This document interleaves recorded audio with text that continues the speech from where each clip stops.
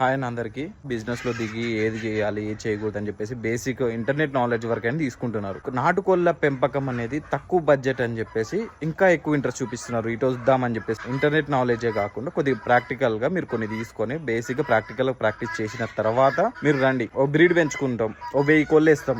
ఒక 1000 కోళ్ళు వేసేసి నువ్వు 1000 కోళ్ళని ఒక 3 నెలలు 4 నెలలు మేపి తర్వాత నువ్వు సేల్ కోసం పెడితే ఇప్పుడు నీకు దాంట్లో ప్రాఫిట్ రావాలంటే ఉన్న పలంగా 1000 కోళ్ళని అమ్మేయాలి. 1000 కోళ్ళని అమ్మేస్తేనే నీకు ప్రాఫిట్ వస్తుంది. అదే 1000 కోళ్ళు నీకు హోల్డ్ చేసుకుంటే ఏమొస్తుంది? ఏం రాదు. ఉండే కొంది రోజుకి 2 బస్తాలు 1.5 బస్తాలు దాన తింటది ఆ 1000 కోళ్ళు. తిన్న తర్వాత నువ్వు కోళ్ళకి ఒక 500 200 అట్లా పోతూ ఉంటాయి. నీకు లాస్ట్ కి ఏం మిగులుతుంది? అది తర్వాత నెక్స్ట్ డే వాళ్ళు చెప్పరు. మనం తెచ్చినప్పుడు పిల్లకా నుంచి నీకు కేజీ వచ్చే వరకే చెప్తారు. నీకు కేజీ 200 చెప్తారు నీకు. అందులో పుంజులు వస్తాయి కేజీ 200. పెట్టలు వాటితో పాటు అసలు రాను కూడా రావు. అప్పుడు 800 900 ఉంటది పెట్ట. అది మళ్ళీ కేజీ రావడానికి నువ్వు ఫీడ్ కన్సంప్షన్ ఇవ్వాలి. అది ఎవరు చెప్తారు? అది ఎవరు చెప్పరు. ఒక రైతు మాత్రమే చెప్పగలదు. మీరు అది కూడా క్యాల్కులేషన్ చేసుకున్న తర్వాతనే మీరు దిగండి. దిగిన తర్వాత మీరు బయటకు ఎక్కడికో పంపిస్తా నేను అనుకుంటే మాత్రం కష్టం. మీ లోకల్ మార్కెట్ కి అమ్ముకుంటా అంటేనే మీకు కుదురుతుంది. లోకల్ మార్కెట్ వాళ్ళు అనుకున్నంత ఈజీగా అయితే ఉండదు లోకల్ మార్కెట్.